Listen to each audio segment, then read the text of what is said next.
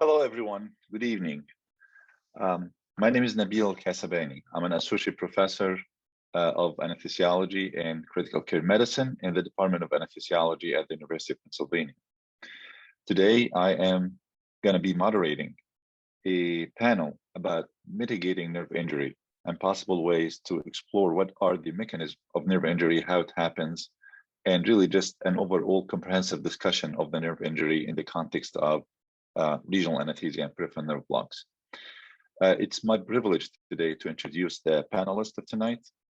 And tonight we have a truly international panel that I am really looking forward to listen and learn from each one of them and what they have to say. And we're going to start off by Dr. Lobo. Clara Lobo is a consultant anesthesiologist. She's coming from Portugal tonight, and she works in the military hospital in Porto, Portugal. And Dr. Lobo is going to be discussing with us the functional anatomy of nerves and the possible mechanisms of nerve injury. She's going to be followed by Dr. Morné Wolmarans. Morné is a consultant anesthetist at Norfolk and Norwich in the UK. And Morné is on the ASRA board, and he is also the past president of the RA UK, and he is in the board of the European Diploma of Regional Anesthesia.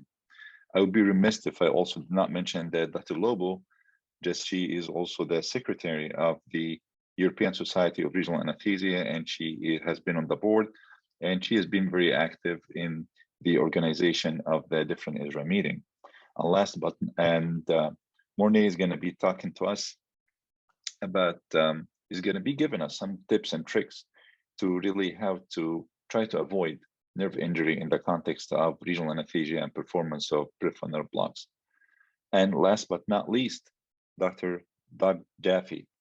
He is from Wake Forest in North Carolina. Doug is an associate professor in the Department of Anesthesiology, and he was the past fellowship director for regional anesthesia and acute pain medicine.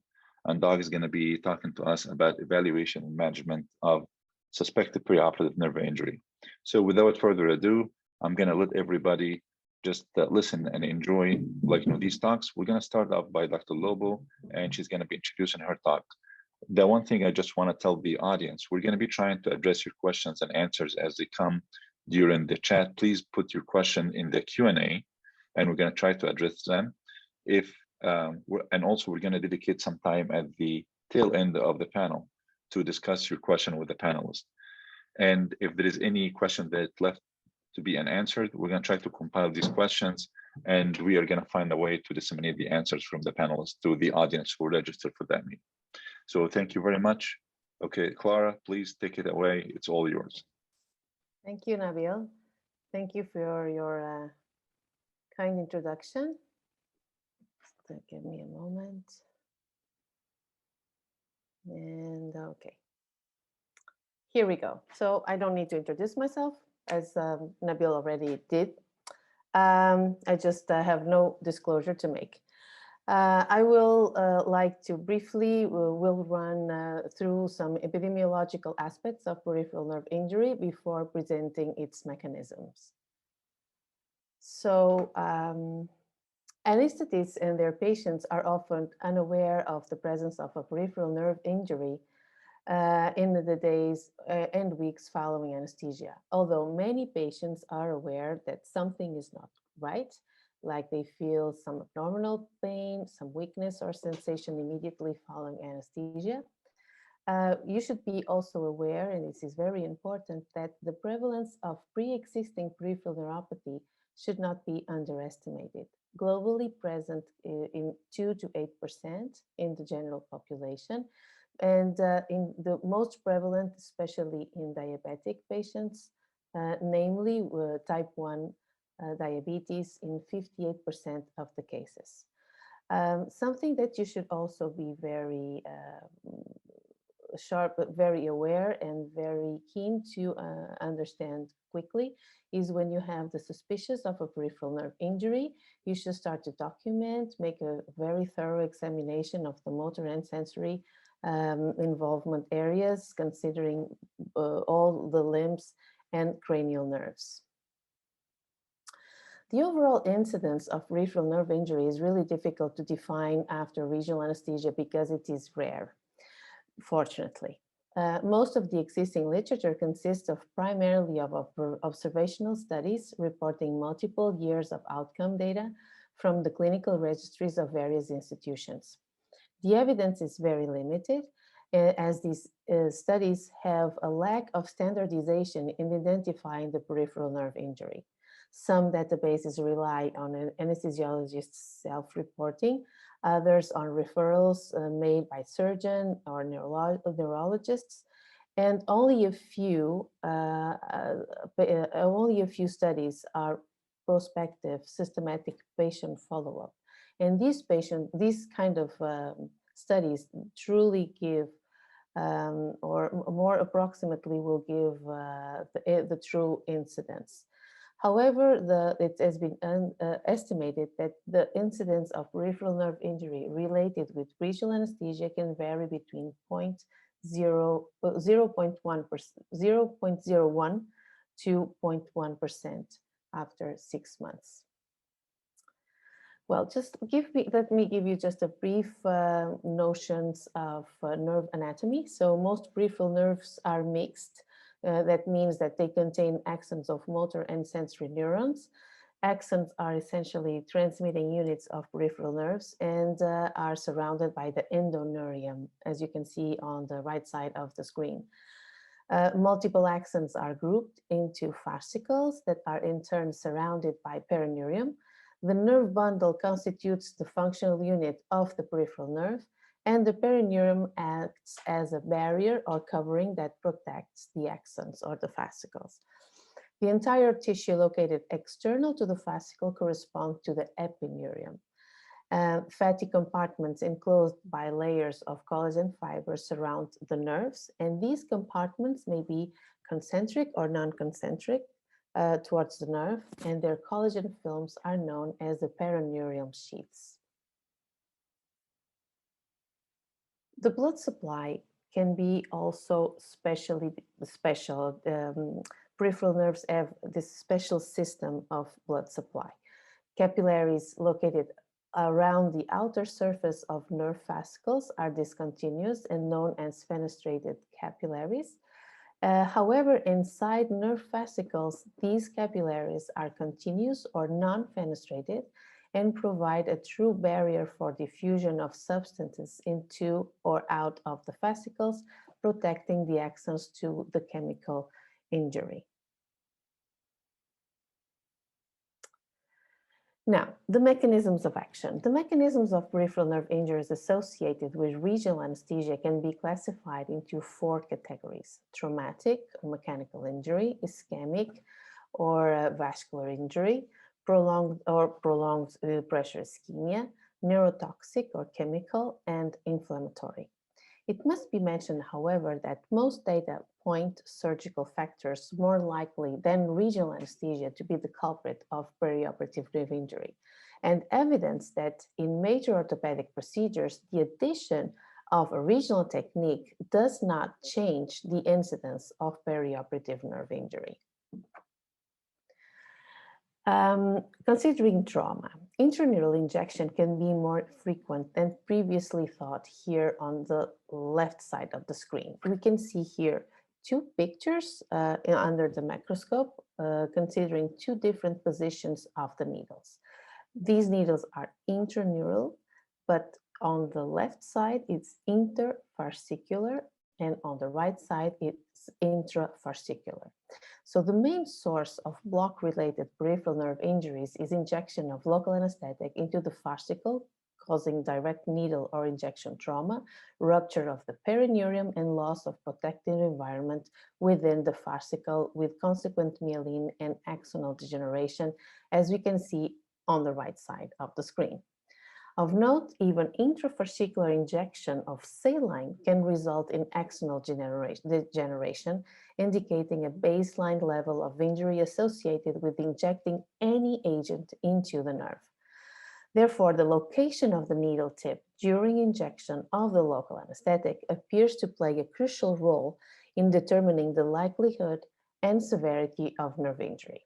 However, nerves can have some protection as to puncture or to intrafascicular puncture. The ratio of fascicles to connective tissue is low. It means there is low fascicles considering the connective tissue, more or less 30 to 70%. The fascicles become smaller and more numerous as they cross the joints. They have a surplus path length between the nerve, conferring both tensile strength and ability to be displaced by the advancing object. And they also surrounded by thick perineural connective tissue that is difficult to penetrate with a blunt needle. Here you can see on the left side, you can see the images of an intraneural injection.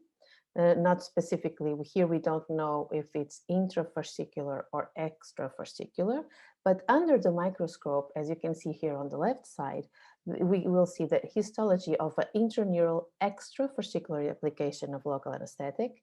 So the perineuron is preserved, as also the axonal structure intrafascicularly.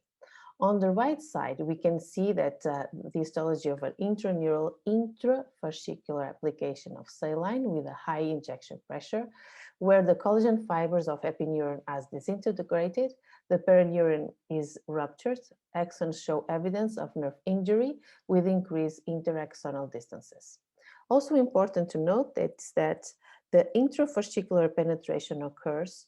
When this occurs, the short beveled needles cause more severe and prolonged damage than sharper needles. However, short beveled needles don't penetrate as easily as sharper needles. The perpendicular bevel orientation is also important with respect to the nerve fibers, and they cause more damage with a parallel orientation. So considering ischemia, acute decreases in neural blood flow have been associated with conduction failure and subsequent nerve degeneration. To date, the reduction of peripheral nerve blood flow that might impair neural function remains unknown. During ischemia, duration of ischemia may be the determining factor. The tourniquet studies indicate that irreversible damage to the myelin and axons occurs around 2 to 4 hours after tourniquet inflation. Epinephrine also reduces the neural blood flow.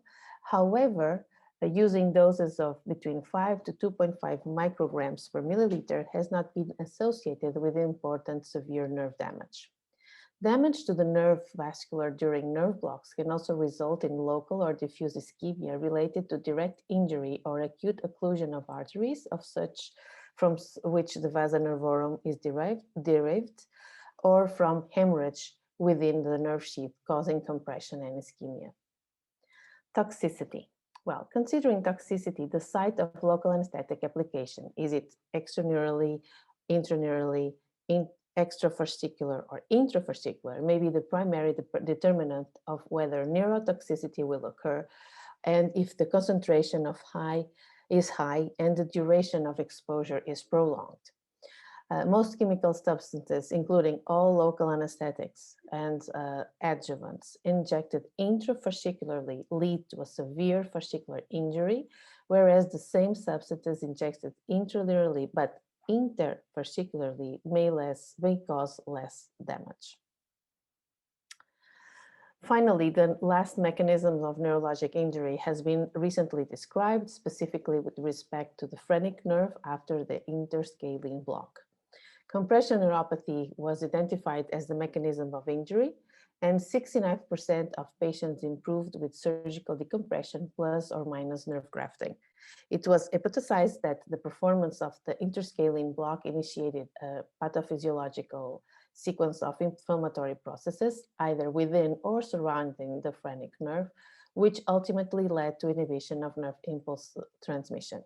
In most cases, a previous insult was identified, and the obese, overweight population is more vulnerable. Here I show you just a summary of what I have said, including all the aspects involved in the nerve injury associated to regional anesthesia. I can share this slide if you wish.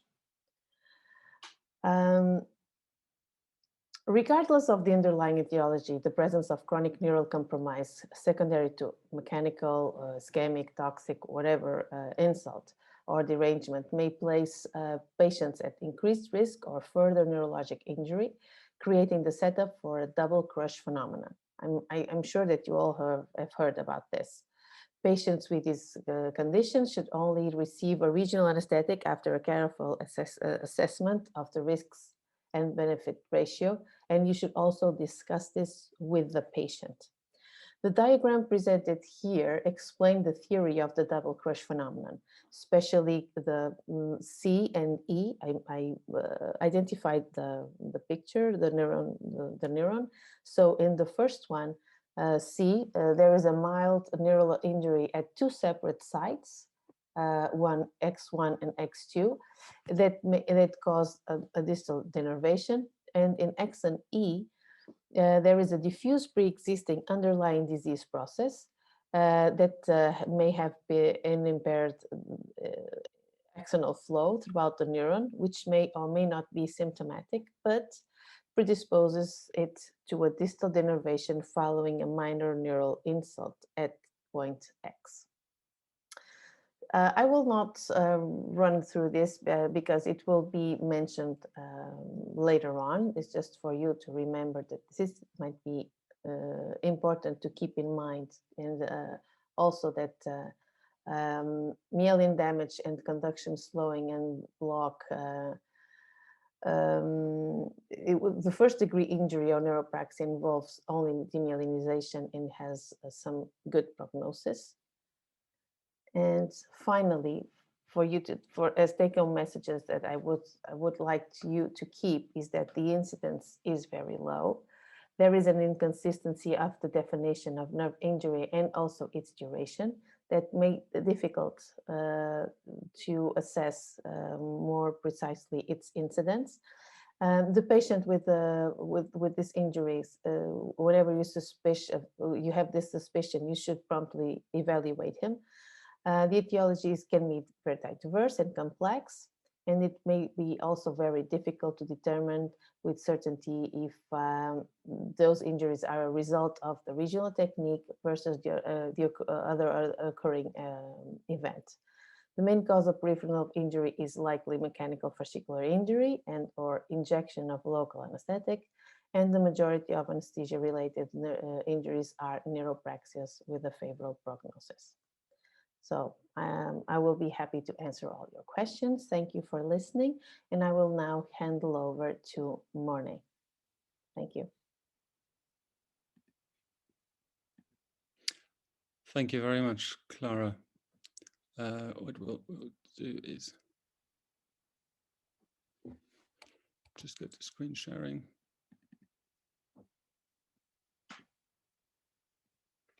There, is that all right? Can everybody see that okay? So I'm just going to spend the next 15 minutes going through some aspects of practical aspects about mitigating nerve injury. And I just want to disclose that I have been on the advisory board for Synthetica in the past and some equipment support. And this is a Medovate and Minolta webinar.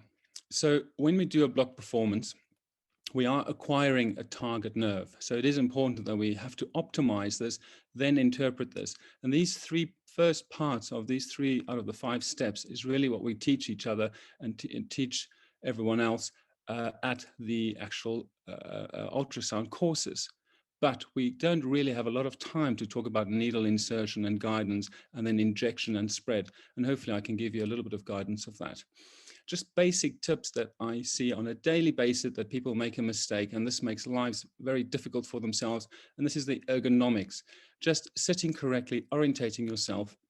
Secondly is knobology. No, knobology is not having an argument with an orthopedic surgeon. This is the buttons on your ultrasound machine, knowing which ones to use at which appropriate time, probe handling and movements. Back to ergonomics. If you stand in this direction and you don't have your eyes, your hands, your brain in the same direction, you will struggle. If you are much more comfortable, all in line working in a straight line, still sometimes using a nerve stimulator and having somebody inject for you, you will perform much more accurately. The next section is probe control. People holding the probe like this, not having contact with the patient, and preventing the probe from sliding with the ultrasound gel is another common basic error that we make.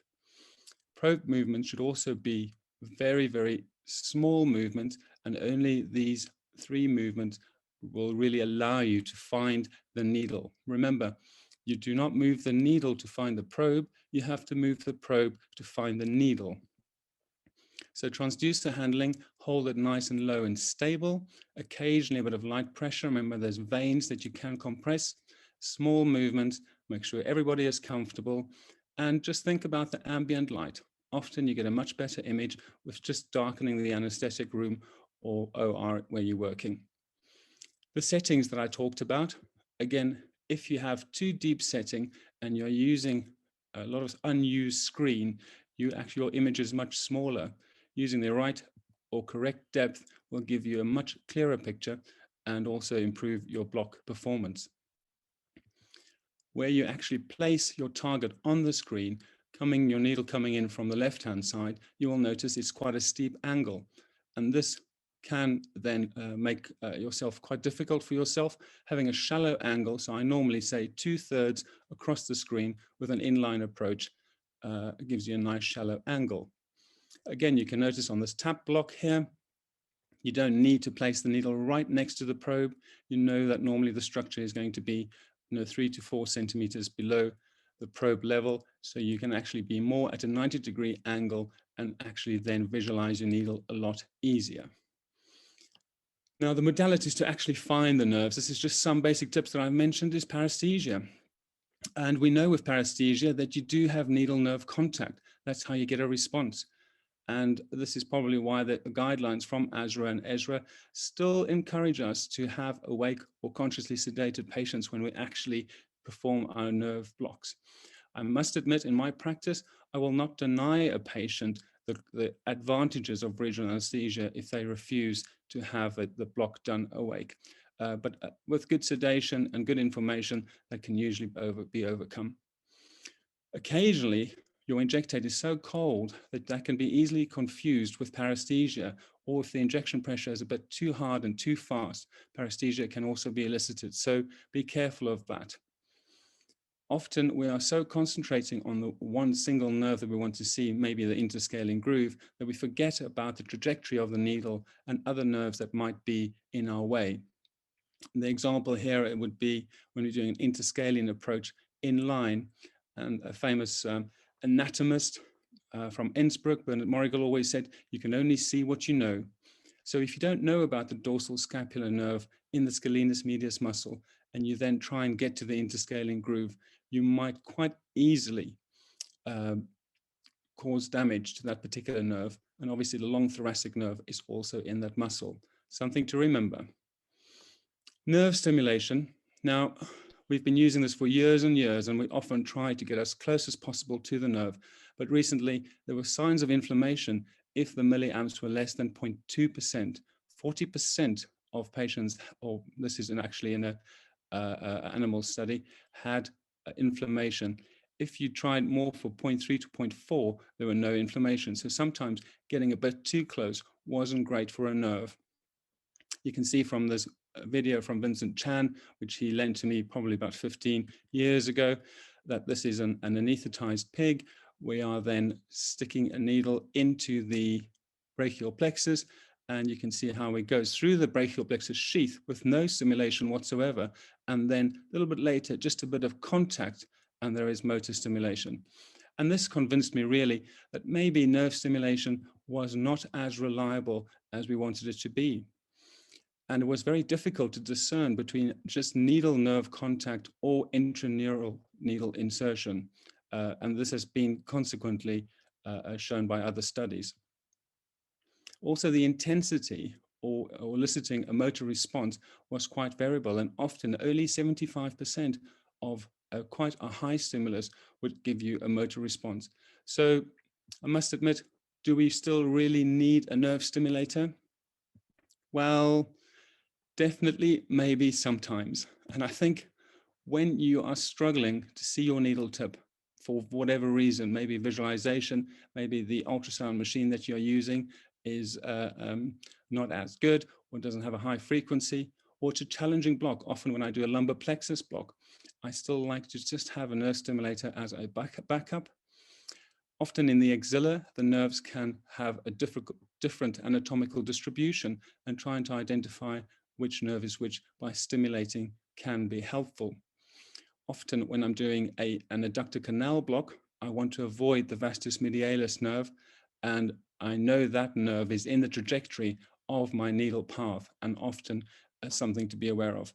And as you are getting better and better at this, it builds your confidence. So don't throw it away just yet. You might just need it on the odd occasion. And as your experience builds and as you get more confident, you may need it less and less.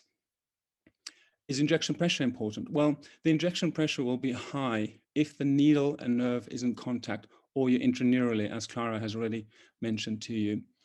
If the needle tip is up against the fascial plane, so high injection pressure doesn't always mean intraneural injections. There are other tissues that can be involved, like muscle, tendons, or your needle is occluded. Blood clots can easily occlude a needle. So injection pressure and knowing at what pressure you're injecting is important. And that pressure, as this very elegant study from Andreas Kroll showed us, is that if it's more than 15 psi, then the likelihood of being intraneural is high. Okay, so lower than 15 psi, and you're most likely going to be outside a nerve. But we have someone else injecting for us. And how can we trust these humans? We don't know if they are trying to force the local anesthetic in. We're not quite sure if their knuckles are going white because they're trying to get the local anesthetic in as quickly as possible. And through some studies that has shown that our judgment of pressure is quite poor. And this is maybe why injection pressure monitors can be very useful and help us protect when we do inject these patients. I'll explain a little bit more when I show a few videos about how to inject using injection pressure monitors, but also hydrodissecting. Jeff Katzen has looked at quite a few studies or performed quite a few studies in this particular area. And he realized that halting at 15 psi, that 97% of the time you should be extraneurally for that particular block. And this is why the injection pressures of 15 psi has been established. Also, when you are actually up against a fascial plane, and you'll notice in my video that I'm showing the needle going into the, not into the femoral nerve, but just above the femoral nerve, and there's a fascia iliaca. And you will initially notice that the local spreads above the fascia iliaca, and then on further examination, you place the needle through the fascia, lift the fascia, create a little bit of space, and then hydrodissect your needle around the femoral nerve. And with this in-plane technique, the needle nerve contact is very much eliminated. Now, some people have unintentional nerve injections and some have intentional, and Paul Beagle-Lyson often uses intentional intraneural injections. And some people have followed trying to see if they can enhance or get a quicker block when they actually use intraneural injections. This is a study of the popliteal sciatic nerve block. The results of it was that, yes, the block was slightly faster, but not significantly faster. But there was quite a few patients who had neuropraxia or neurological symptoms post-operatively, which in this particular study of 15 patients did not last permanently. But I must admit, I will feel uncomfortable deliberately trying to go into a nerve. About the popliteal fossa, I just want to mention, they call it, someone mentioned a paraneurium fascia, but actually it's going around the popliteal sciatic nerve. So it is a circumneural sheath, and going inside that sheath seems to be absolutely safe, and that is not an intraneural injection. You will notice from Paul Beagle-Lyson's techniques that Vincent Chan and Anthony Short wrote an editorial which mentioned that maybe intraneural injections could be a false economy, that by speeding up a block, getting a more reliable block, but risking being so close to the nerve might not be worth the trouble it may cause in the long run. But I have spoken to Paul in the past, and he seems very comfortable with his particular techniques. Now, we were so happy to see the brachial plexus that we wanted to place local anesthetic all around it. We were between the C5, C6 nerve roots, and then eventually the Canadian group asked us maybe we should be a bit more careful and do more periplexus injections. This obviously also has the advantage of being further away from the brachial plexus and from the phrenic nerve. But if you go intraplexus, then there is a higher risk of having, you'll notice, needle and iron depositions within the fascicles. Unintentional intraneural injection often happens up to 17%, a lot more than we expect. And this is quite alarming because we think we are actually very good with ultrasound, but ultrasound is only 76% sensitive to actually diagnostically and accurately locate low injection volumes. So the most common error is that we lose the needle tip. And even after 100 blocks, trainees and residents often still move the needle and advance the needle, even though they can't see it. Echogenic needles might help with that as well. And the Konica Minolta system there is one of the techniques that we can use to help with ultrasound guidance of needles. As I mentioned earlier, for the femoral nerve and in plane, I think it's easier for a beginner. It's been shown to have less needle nerve contact, even though the analgesia has been the same. So we also want to inject ourselves, or some clinicians like to inject themselves. And I think this can be very challenging, especially with big syringes. It can distract a little bit from your needle and nerve, your needle and probe control, and it's then difficult to aspirate. So maybe you are setting yourself up to fail a little bit. I just need to mention maybe from Medovate, the Saphira system, which has actually overcome many of the issues that I've just talked about. It has a foot pedal. It also now has a hand pedal for that. It's a very simple system to set up. And it's a pressure monitor. It aspirates. You can control that, as I said, with a foot and hand pedal. It injects at a 0.5 ml per second rate, which I find helps you with hydrodissection, and then it also reduces the amount of local anesthetic used per volume per block. And they also have NR fit models. I think the most important bit is that we want to see the needle tip, and so often we don't. And I just want to, as maybe advanced tips, mention when you hydrodissect, I always look for a fascial plane within the actual nerve. Most nerves lie in a fascial plane. I then get my needle tip to hydrodissect and let the local anesthetic move the nerve around, and then move my needle into that space created by the local anesthetic. This is the musculocutaneous nerve, and you can see that the bevel of the needle gives you an extra reflection, and that's one way of keeping your eye on it. This is an interscalene block, and again you can see the extra reflection of the needle tip. There's no needle nerve contact, and you can see how the local anesthetic is the only thing between the needle and the actual interscalene area.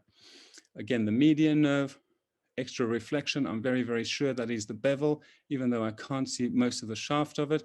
Very happy that this is the bevel of the needle, and I'm moving that in and hydrodissecting around the median nerve. And this was all done using the Saphira system, so hydrodissection is very much possible. I won't bore you with the popliteal block here, but you will notice when you do aim for a particular nerve, make sure you don't poke and tend through a fascial plane like the biceps femoris muscle, because you might end up in the nerve, and then you can go into that para or circumneural sheath to deposit your local anesthetic. Lastly, I just wanted to mention that local anesthetic neurotoxicity that Clara mentioned is there. This is with or without a needle. All local anesthetics are neurotoxic, and you need to actually have this consideration, especially when you're dealing with poorly controlled diabetic patients. So maybe reduce your concentration of local anesthetic when you're dealing with severely controlled diabetic patients. ASRA has given advisory recommendations, something to look at. And in summary, I just want to say a few things about patient positioning, operating and getting yourself in a good position, your orientation, dimming the lights, get a high frequency probe, lowest possible depth, and make sure that you know where the veins are and aspirate about every 5 mils. Identify the structures that are dangerous, like the pleura and arteries, and then when you have your target on the opposite side of the screen, you'll have a shallow angle. Use a bit of local anesthetic and make it comfortable for the patient. And if you want to use a nerve stimulator, I use it at 0.4 milliamps. Introduce the needle into the best possible picture. And I think in-plane techniques for beginners, and there are different techniques you can use to see that needle tip. But remember, often you are 20% deeper than what you anticipate. So just make sure that you know where your needle tip is. Anticipate, as I mentioned, going through connective tissue planes. Don't aim for the middle of a nerve, aim for the 6 or 12 o'clock position or 3 or 9 o'clock position, and deposit your local anesthetic underneath the nerve first in case there is some air in the injectate ruining your picture. If you get a high pressure, then stop injecting and watch your local anesthetic spread. If you can't see the spread, you might be intravascular. Use a hydrodissection technique. And lastly, don't move your needle unless you can see the needle tip. Thank you very much. And I'll hand over to Doug.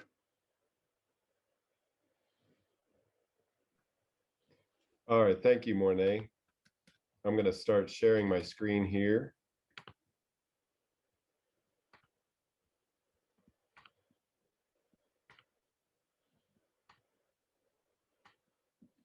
All right. Well, thank you very much for your attention. I'm going to talk now a little bit on the management of suspected perioperative peripheral nerve injury. And this is unfortunately going to be a relatively brief overview of what probably is a much more in-depth kind of a talk, and approximately 15 minutes does not do this justice, but certainly to give an overview. I don't have any disclosures or anything to report, and off-label medication uses, I will talk about that. So I want to start off with a case scenario. I have a 31-year-old obese female. I practice here in the United States, and unfortunately, we do have the obesity issue, who is having a lower extremity subtalar fusion. She's supine. We're using a general anesthetic, and the plan was for single injection peripheral nerve blocks for analgesia. And this is what we've done: a sciatic block via the subgluteal approach, and the adductor canal block with ultrasound. And these two blocks were performed with this cocktail of medications, as you can see, using off-label medication combination. So we typically do this because in our practice, we find that this does extend the duration of the block. So post-op day one, the patient went home, no motor function, which is often expected in this particular scenario. The patient had good analgesic control, and circulation was fine. Post-op day two, really no change in the exam. Post-op day three, still no change in exam, which starts to get a little worrisome. And all the way out to post-op day 6, still no change in exam, despite having had the cast change and the relief of what might have been pressure on the extremity from the rigid immobilizer. So second kind of case scenario, a little bit of a different scenario of a patient here who's got some comorbidities and having a total shoulder arthroplasty, had general anesthesia in the beach chair position, sitting upright as opposed to the lateral position, with a continuous interscalene nerve block for the planned postoperative analgesia, with a fairly dilute concentration at a relatively modest infusion rate. After post-op day 4, the patient's infusion reservoir was exhausted, and the patient removed his own catheter. Unfortunately, on exam, there was weakness in the upper extremity and complete sensory anesthesia about the medial and lateral forearm. Going out to post-op day 8, there was no change in the exam. Going out 3 weeks or so, no change in the exam, unfortunately. So at those two scenarios, unfortunately, these are things that happen, I like to say with little frequency, but if your practice is primarily one particular population of patients, as is mine, these tend to come up a little bit more frequently than the general population. So one of the founding fathers of the United States here in America had written a letter with a quote that is pervasive today. This is from the 1700s, and this is the quote. Now, I'm not trying to get off topic here, but the first line of this is very important. An ounce of prevention is worth a pound of cure. And I think to speak to Morné's really interesting discussion about ways to mitigate nerve injury, and that is really the best way to manage nerve injury, is to prevent it altogether. And so I'd like to focus on that because as we look at diagnosing and then managing these injuries, that's not a simple task. And one of the reasons is as Dr. Lobo had alluded to, there really is no standardization of how the general literature or even the clinicians who manage or see these patients define these particular scenarios. So going back in the literature to find answers is extremely difficult because they have not been standardized. And so finding those answers and being able to make the comparison among groups is very, very challenging. And if you asked 10 physicians in a room who manage these particular scenarios, you'll get 11 different answers. No one has a consensus on whatever the consensus might have been at one particular period in time. And so it's very challenging even to go to an expert who's considered revered in the field to make really something that would be ubiquitous as far as how these particular injuries should be evaluated and managed. And so this is it. This is something I found published that this is extremely challenging to follow. And as much time as I spent creating this, I still feel like I don't really have a good mastery of what this chart is trying to suggest as far as how to manage a patient with a suspected peripheral nerve injury. And this just goes to show how difficult it is to try to have some kind of standardization of how to actually approach these patients. So early recognition, of course, is the most important thing. And unfortunately, it's not without challenges to even just the early recognition. And then it's possible with that early recognition to decide which type of injury would maybe suggest that there should be a neurological or neurosurgical evaluation for these patients. And then really neurosurgical evaluation is hard to say exactly when you should, but there should be at least some neurological evaluation for either complete nerve injuries where there's a complete absence of whatever function was supposed to be for that particular nerve, or if there was a documented or diagnosed incomplete injury, but it just does not seem to be getting better or it is getting worse. Electrodiagnostic studies seem to be the mainstay of trying to find as much information about that particular nerve or the group of nerves that seem to be involved in the injury. These tests are unpleasant, they're uncomfortable for patients, and unfortunately, they're not something as easy as getting a lab study done where you get the blood drawn or having an ultrasound done. These are a little bit more specific and sometimes a little bit more challenging to get patients scheduled for these particular types of investigations. But some of the consensus that I've seen relatively frequently in the literature suggest around a 3-week. All right, if we have still an injury at 3 weeks, we should plan on getting this information if possible to see if there might have been any reasons the patient had an existing injury before. As Dr. Lobo had mentioned, there might be an existing injury that wasn't really documented, or there's a way that there's a possibility to qualify if there truly is axonal loss, and that may be helpful for prognostication. That prognostication may not influence the management as much as one would hope, but certainly patients tend to feel a little bit more comfortable with continuing the management if there is at least some evidence to try to determine what's the prognosis going to be. But the problem is it is difficult to determine the causation. And one of the things that we talked about earlier in this discussion was the double crush injury. Is there an existing deficit in the peripheral nerve that then has another injury that happens during the surgery, the anesthetic, the regional procedure, or whatever? We do have limitations to how we manage these from a diagnostic imaging or evaluation standpoint. The testing is sophisticated in some viewpoints, but it really is primitive as far as how granular the details are that we get from testing those nerves. One of the last frontiers of medicine seems to be understanding all facets of the nervous system. And of course, defining these injuries is difficult.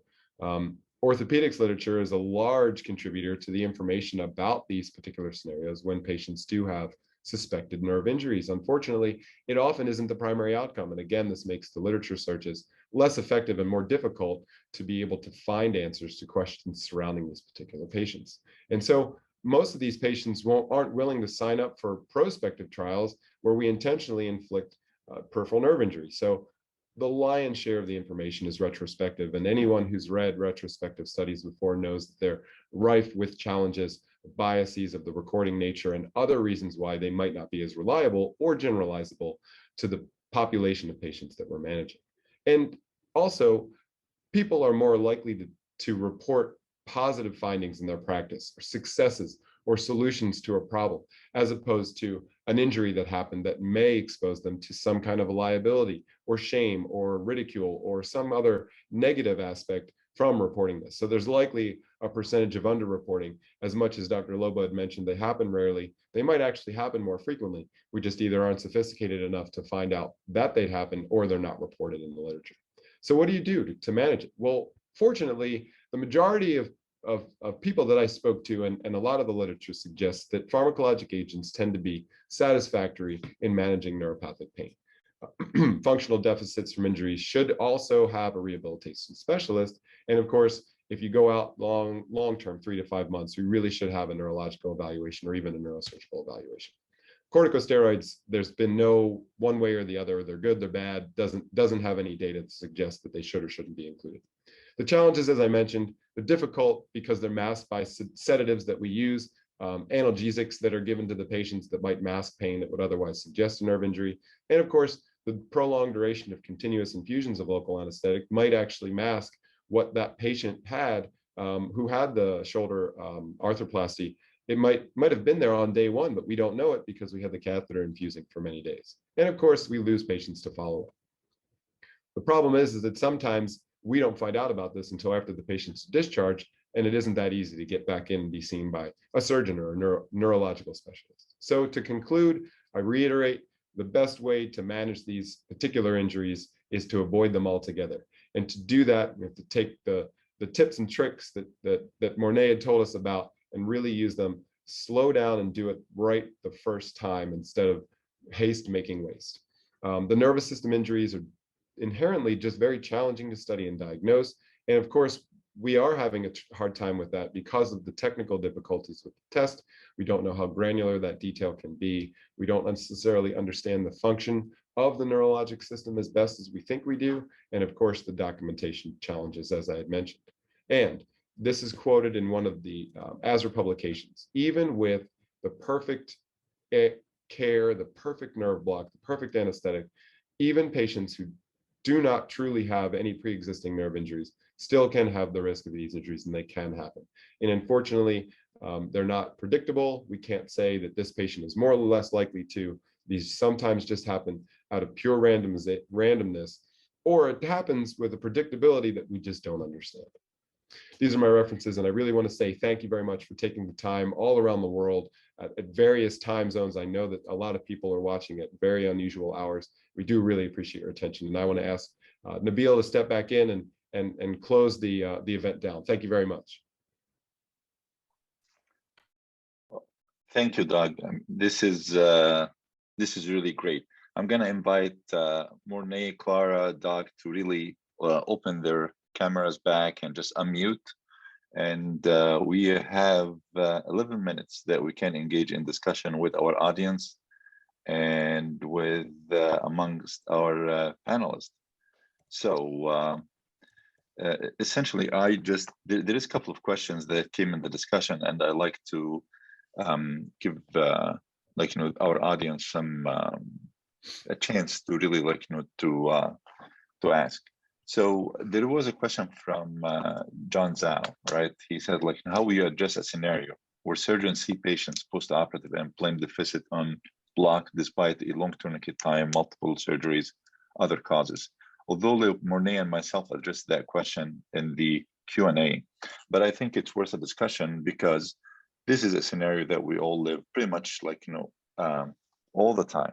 And a patient presents with post-operative nerve deficit, and now the blame is a fair game. Is it the tourniquet? Is it the anchor I put into the biceps tendon and I really entrap like that nerve?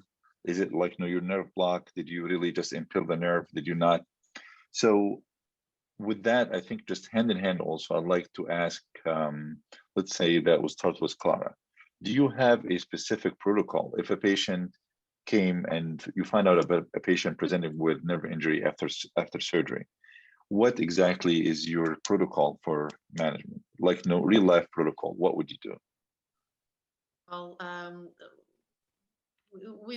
there are a big history of disagreement between surgeons and anesthesiologists, mainly because the first temptation for the surgeon is to blame the anesthesiologist.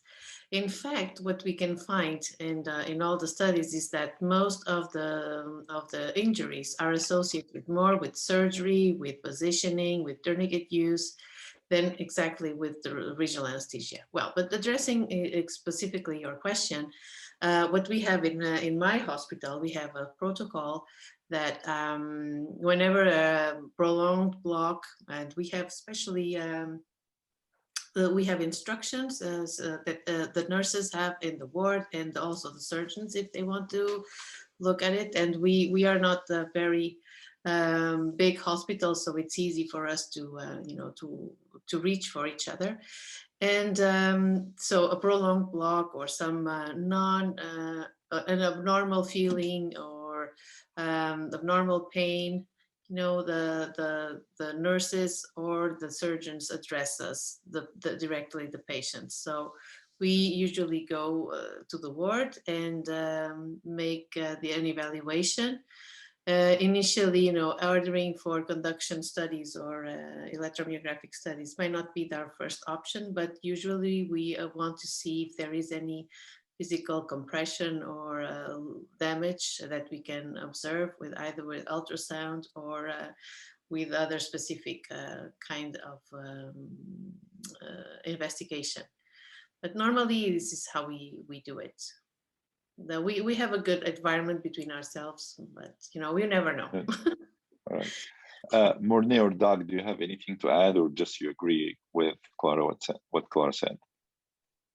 I think I just want to agree that with Clara is that yes, you must look for a cause elsewhere, not the regional anesthesia. It's 99% more likely to be elsewhere, but information to the patient, I think, is crucial. And once the patients realize that it's very unlikely that your block is the cause of this, they would.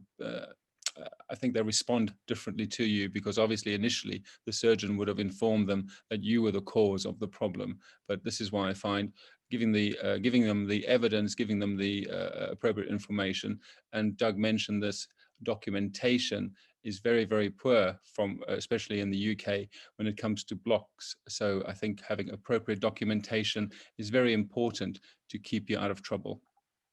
Yeah, and along the same lines, I think Peter also was typing a question, and in the chat, he was asking if the anesthesiologist should be a part, of the team investigating the nerve injury. And I will tell you, my personal answer is yes, strong yes. All right, and just essentially just be realistic. You are a physician, and we know complications happen and peripheral nerve injury happen. This is the nature of the business. You do, you take all your precautions, but this is part of what you do. Very similar to a difficult airway, very similar to cannot intubate, cannot ventilate situation. So I think just being realistic about it and just being very upfront with the patient and just tell them look, this can be the block, this can be the surgeon, this can be the tourniquet, it can be a lot of things. And you just follow up with them. And a lot of times, actually, it has been shown in so many studies that clear communication between the provider or the anesthesiologist in that case and the patient can really mitigate a lot of the lawsuits down the road. And I will tell you what we do in our hospital. We keep, every time that we're notified about a patient with a nerve injury, we keep a list in our electronic medical record of these patients, and we almost have a hotline with our neurologist. So we just notify them, and they automatically schedule them for an EMG 8 weeks after the surgery. If during that time period the patient improves, they drop that appointment. If they don't improve, they go for the EMG 8 weeks after the surgery. And this can serve as a baseline EMG.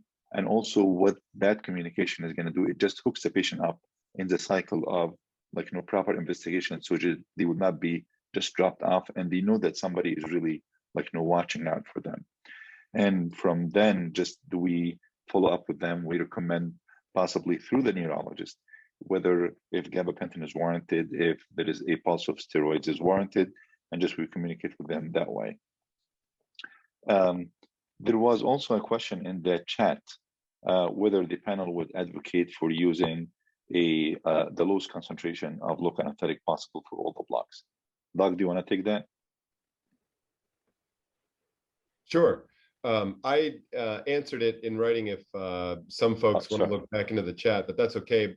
Briefly, I think we have to keep in mind that, yes, the lowest concentration possible, but the corollary to that is to achieve the desired effect. Meaning, if you expose the patient to a risk, you really should, for the patient's best interest, expose them to the potential benefit as well. And if your goal is to provide sensory anesthesia for a patient, and you use 0.2% ropivacaine, I think there's a higher risk that may not be as dense a block and therefore may not be satisfactory. And then we've exposed the patient to the risk of the nerve block. We haven't accomplished our goal, and then there yet is another kind of risk that we have to assume for the patient, and likely like a general anesthetic, to get the patient to tolerate the procedure. And so we've got a lot of risk and not a whole lot of benefit from that standpoint. So I think we need to say, yes, the lowest risk possible might be, the lowest concentration possible might be the best way to do it. However, we need to make sure that we're still getting the patient the benefit that we intended in the first place. Nabil, and I agree with Doug completely. In my experience, I find if I would do an interscaling block with 0.2% ropivacaine, that the duration of action would not be that long. It's not just protein binding that is part of your duration of action, it's your mass of drug available. And this is why I often do my interscaling blocks with 0.75% ropivacaine, because I want that 16 to 18 to 24 hour duration, because that is the analgesia that I want from the patient. I do use intravenous dexamethasone, 6 to 8 milligrams intravenously, not perineurally, but that's because of the UK. As Doug mentioned, use what's appropriate. And as I also mentioned, when you do have badly controlled diabetic patients, that's when you have to be a bit more careful about your concentration. Well, thank you, guys. So we have a couple of minutes, but I just want to really take this last couple of minutes to ask you, when you consent patients for peripheral nerve blocks, is the discussion of peripheral nerve injury is just part of your regular consent or not? And I want you to be honest when you answer that question. So we're gonna go around Clara, Morné, Doug. Okay, so I specifically mentioned nerve injury if I think that it will be a higher possibility than the 0.01% to 0.1%. I do specifically mention it. For example, in diabetic patients with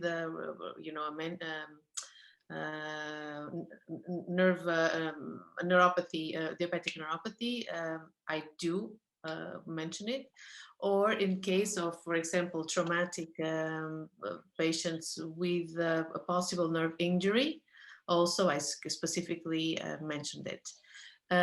You have several types of patients. There are patients that want to know everything. There are patients that I don't want to know anything at all. So more or less, I adapt what I'm going to say with the patient that I have in front of me. Great. Morné, yes, no? For interscaling blocks, the answer is yes. And sometimes sciatic nerve blocks as well. But for the more peripheral nerve blocks, I don't always mention nerve injury. Great. Doug? I do my absolute best to mention it to everybody. We just say that there are things that can happen during anesthesia, during the surgery, or because of something that we don't understand, and a nerve injury is always a risk. And I even reply to their questions and say, even if you don't have a nerve block, you can have a nerve injury, and that's been proven in the literature. So I feel comfortable telling the patients that as well. And so I reiterate, if there's anything, like Clara said, that there are sometimes the patients that want to know more, we have a deeper discussion. But for the most part, I added as a list of other things like bleeding and infection and the other common things. And if they want more information, I offer it. But I do my very best to try to let them know that it is possible. What I do mention is some warning signs. For example, if you feel very high, severe pain after this, or if the block is prolonged more than X hours, you should mention this specifically and look for us, or say it to the nurse, because I think that this might be important, for us to know.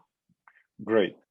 Guys, we are on top of the hour, and unfortunately, this has to come to an end, right? Really, it's not every day that that you are. But personally, I'm speaking for myself. I hope it's the same thing for everybody on the panel. That I get to be sitting in a panel with these guys. Each one of them, I can listen and learn from them all day. I feel that we can do this all day and all night. We need 3 more hours to be discussing this extensively. I really appreciate each and every one of you. Clara, Morné, Doug, thank you very much. Great presentation. If we were in person, I would just give you a very big round of applause. Thank you, ASRA, for hosting. Thank you for our industry partners for sponsoring this and just making this available. And thank you for all our attendees who took the time from their busy evenings and to just share this hour with us, whatever your time zone. Thank you very much. This presentation is going to be available to replay. And if you register for the meeting, please enjoy your evening. Thank you very much. Great to see everyone. And hopefully we're going to see everybody in person soon. Yeah. Thank you very much for hosting, Nabil. Appreciate it. Thank you very much. We all all right, guys. Well, thank you so much. You're welcome. Take care.